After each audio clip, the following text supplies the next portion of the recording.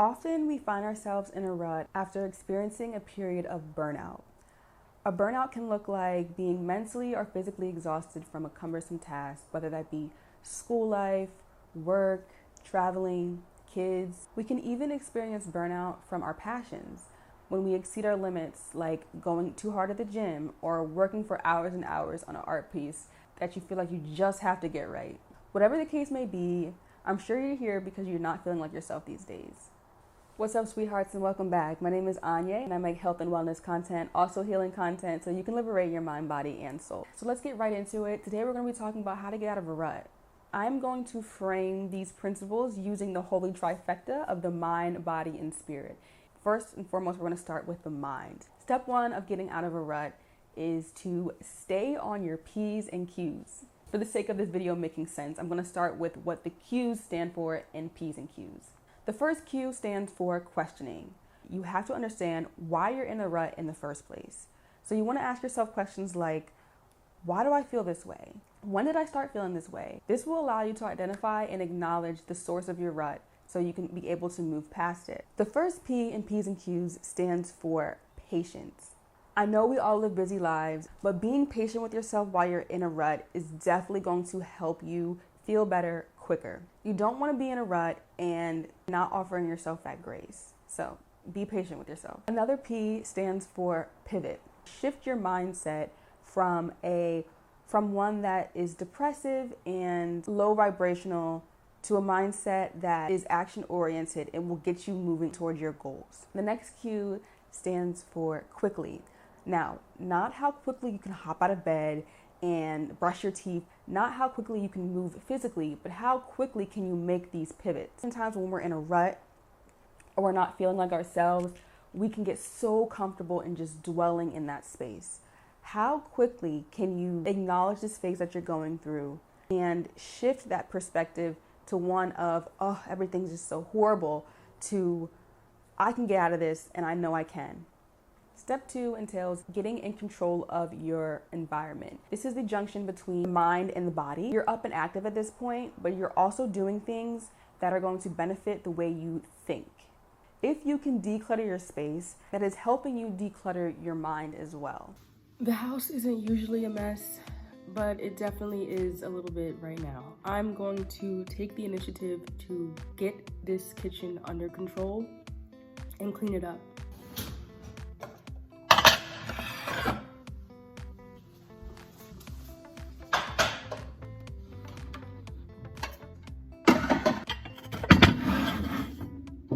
Even just cleaning up one corner of the room is doing yourself a huge service. Now, listen up, because this is actually a really good pro tip. Set out productivity markers. What are productivity markers? I'm glad you asked. Productivity markers are suggestions toward your goals. They're little subtle hints that you leave out in your space that will remind you, oh yeah, I do want to do this today. Or, oh yeah, I did have plans for this today. An example of a productivity marker is, maybe I don't feel good right now and I don't feel like doing my yoga, but I'm just gonna take my yoga mat and lay it out. That's all I'm gonna do. I'm gonna lay it out and leave it there. Maybe I don't feel like making my delicious morning glory smoothie bowl. That never happens. Let me tell you, that never happens. I always have time for my morning glory smoothie bowl. But if I don't feel like doing it today, I'm just going to get out the ingredients and just leave it there. Being okay with saying, I don't feel my best right now, but I'm just gonna leave this here and return to it later. Those are called productivity markers. We've got control of our mind's fresh and clear and cleansed. Now it's time to pivot from your mind into your body. About 2 weeks ago, when I was preparing for my conference, and I woke up one morning and I thought to myself, I do not feel like doing a single thing today. I don't feel like preparing for my conference. I don't feel like I don't feel like working on my content. I don't feel like doing anything. And I looked in the mirror and I told myself, Anya, you're good. You don't want to do that right now? That's okay. But what we can do is we can do something else that's good for ourselves. How about we do some yoga and then return to this thought later? When I gave myself the grace to not want to do something and replace it with something that would make my body feel better, when I returned to that thought later, I had the motivation. When you're experiencing a rut and you're about to get into your body, this is what you can say to yourself. I acknowledge that I do not have the motivation for blank.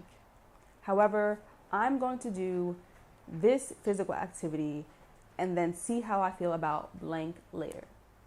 Try that out for size and let me know how that makes you feel. Okay, we are at the third and final step, which is the spirit. It is important that you set aside time for something that brings you joy, something that you love. Set aside time for your passions. For me, whenever I'm in a rut, I always tell myself, okay, we're going to paint today, or we're going to skate today.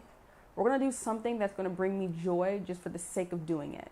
Even if that looks like 5 minutes to read a book, 10 minutes to meditate, or 8 minutes to watch The Smile Inside Your Heart on YouTube, do something because you are passionate about it. The second thing that you can do for your spirit is to celebrate small wins.